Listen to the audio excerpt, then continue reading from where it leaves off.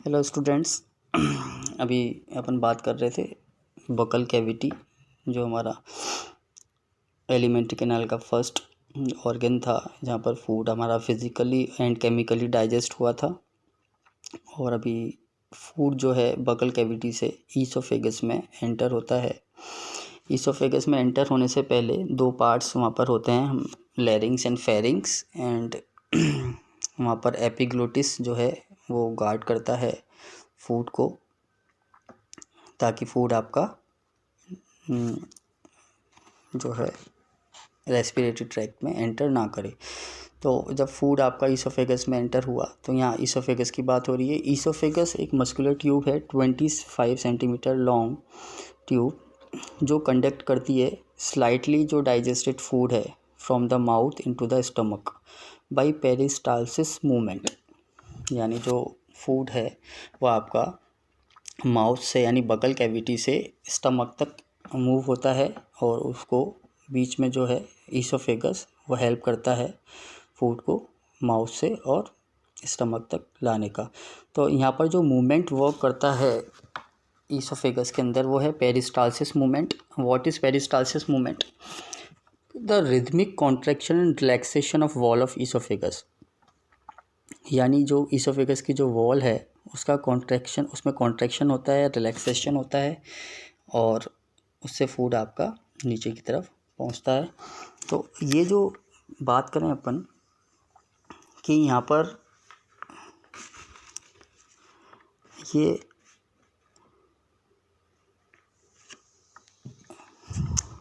जो ईसोफेगस होती है वो इस तरह से, उसकी जो वॉल हैं वो इस तरह से होंगी, स्ट्रेट नहीं होंगी, इस तरह से, इस तरह से नहीं हो सकती। ये जो है, अगर आपने सोचा ऐसा नहीं होता है, ये गलत है, ये राइट है। इस तरह से कि फूड अगर ये स्ट्रेट होती हैं तो यहाँ पर इसको डैमेज होने का खतरा होता है फूड से, इस तरह से, है ना। और ये जो है इससे फूड मूव धीरे धीरे नीचे मूव करता है कॉन्ट्रैक्शन और रिलैक्सेशन की प्रोसेस में। ये जब पेरिस्टालसिस होता है तो ये धीरे धीरे कॉन्ट्रैक्ट और रिलैक्स होती है। फूड इस तरह से आपका धीरे धीरे स्लोली स्टमक तक पहुंचता है, ऐसे। तो ये जो अपन ने फूड जो बकल कैविटी का उसको अपन ने बोलस बोला था, और ये बोलस धीरे धीरे by the help of peristalsis movement नीचे की तरफ मूव होता है स्टमक की तरफ। ये देखिए यहाँ एक इम्पोर्टेंट चीज़ है, ईसोफेजियल स्फिंक्टर्स। अपन स्फिंक्टर्स की बात करते हैं। स्फिंक्टर्स एक तरह के अपने कैप्स हैं, या अपन इनको बोल सकते हैं टू ऑर्गन्स के बीच में जो मूवमेंट है, फूड के मूवमेंट को जो कंट्रोल करेंगे। अपन यहाँ पर और भी स्फिंक्टर्स की बात करेंगे पूरे डाइजेस्टिव सिस्टम में।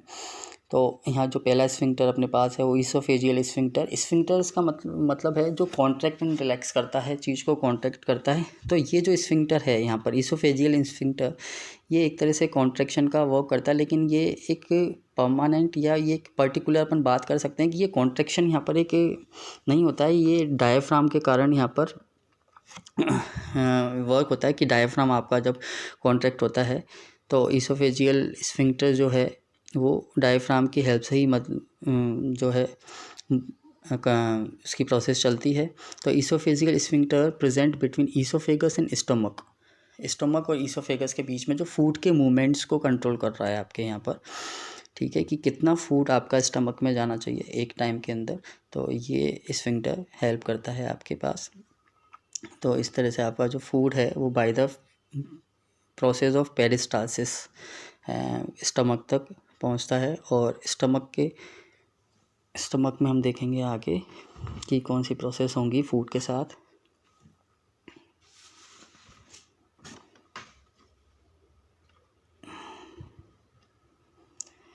अब ये देखिए, आप यहाँ पे स्टमक की बात अपन करने वाले हैं। स्टमक आपका जब हमने डायग्राम भी देखा था तो हमने बात की थी, जे शेप्ड स्ट्रक्चर थे जो एब्डोमेन के लेफ़्ट साइड में सिचुएटेड है, और इसको हम 3 पार्ट्स में डिवाइड करते हैं। यहाँ पर देखिए, ये अपर पार्ट स्टमक का, middle part and lower part. Upper part को हम बोलते हैं फंडस। मैंने आपको फ्लो चार्ट में भी बताया था, वहाँ पर जो अपर पार्ट है वो कहलाता है फंडस, मिडिल पार्ट जो है वो कार्डियक, एंड लोअर पार्ट जो है वो है पाइलोरिक एंट्रम।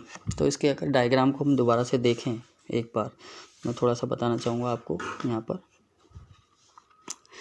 ये स्टमक जो है आपको दिखाई दे रहा है डायग्राम,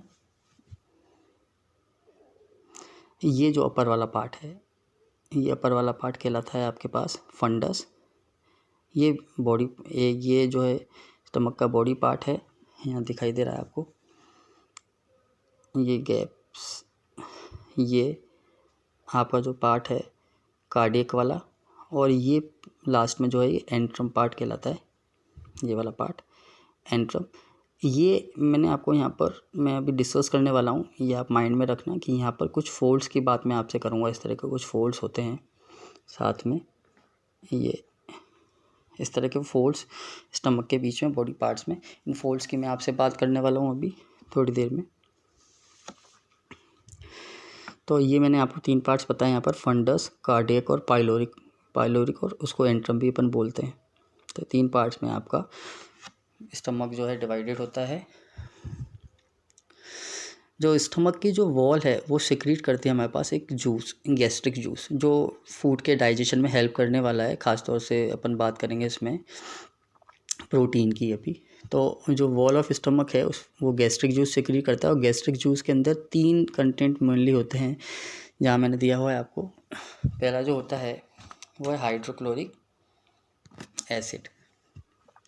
यहाँ पर देखो, hydrochloric acid prepare acidic medium for food. जो अब बोलस जो अपने एंटर हुआ है स्टमक के अंदर, हाइड्रोक्लोरिक एसिड ये प्रिपेयर करता है acidic medium for food and kill the bacteria present in food. और जितने भी फूड में आपके बैक्टीरिया प्रेजेंट होंगे उनको किल करने का ये काम करेगा। यानी HCl यानी हाइड्रोक्लोरिक एसिड के 2 फंक्शन हुए, prepare acidic medium for food and दूसरा जो है kill the bacteria present in food. तो 2 फंक्शंस यहाँ पर हमने हाइड्रोक्लोरिक एसिड के देखे। दूसरा जो पोर्शन है वो है हमारे पास यहाँ पर पेप्सिन। पेप्सिन कन्वर्ट करता है large molecule of protein to smaller particles या स्मॉलर मॉलिक्यूल्स। जो प्रोटीन के बड़े पार्टिकल्स हैं, बड़े मॉलिक्यूल्स हैं, उनको स्मॉलर मॉलिक्यूल में कन्वर्ट करने का काम करता है ये पेप्सिन। और जो थर्ड पार्ट है हमारे पास यहाँ वो है म्यूकस। म्यूकस क्या वर्क करेगा, ये स्टमक की वॉल को प्रोटेक्ट करता है from higher secretion of acids.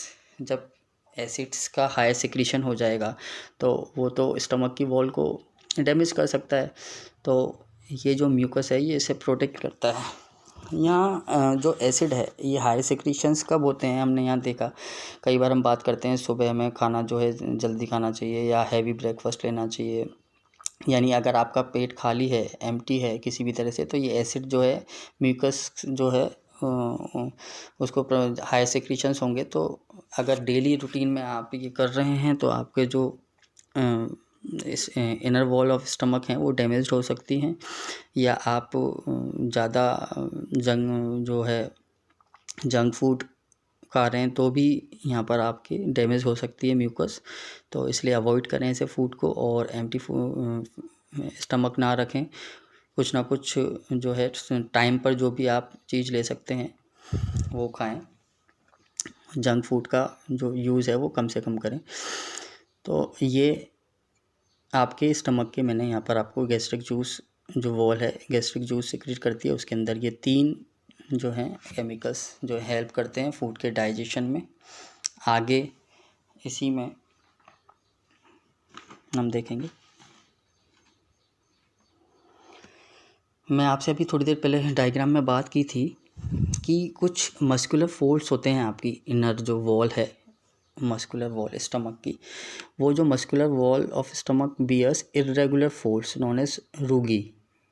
रूगी means इस तरह से फोल्ड्स होती हैं पहले से सरफेस, और वो हेल्प करती हैं increase in surface area to volume ratio. Stomach को एक्सपांड करने के लिए वो फोर्स बने हुए होते हैं। जब जो खाना आता है स्टमक के अंदर धीरे धीरे, तो वो फोर्स धीरे धीरे ओपन होते हैं, रिलैक्स होते हैं, और आपका स्टमक एक्सपांड होता है उससे। और नेक्स्ट जो डाइजेशन, जो डाइजेस्टेड फूड है स्टमक में, जो आपका जो प्रोटीन डाइजेस्ट हो चुका है थोड़ा पार्शियली, तो अब जो फूड आपका जो कहलाएगा वो कहलाएगा चाइम। भाई बकल कैविटी के अंदर जो फूड आपका पार्शियल डाइजेस्ट हुआ था उसे अपन ने बोला था बोलस, और वो बोलस जो है स्टमक में आया, स्टमक में उसका पार्शियल डाइजेशन हुआ प्रोटीन का, और अब उसे हम बोलेंगे चाइम। और यहाँ पर ही एक स्फिंक्टर की अपन बात करेंगे। एक स्फिंक्टर अपन ने देखा था इसोफेगस और स्टमक के बीच में, जैसे हमने बोला था इसोफेजियल स्फिंक्टर, और यहाँ हम बात करेंगे पाइलोरिक स्फिंक्टर। मैं आपको डायग्राम में फिर से बता देता हूँ कहाँ ये चीज़ होती है। ये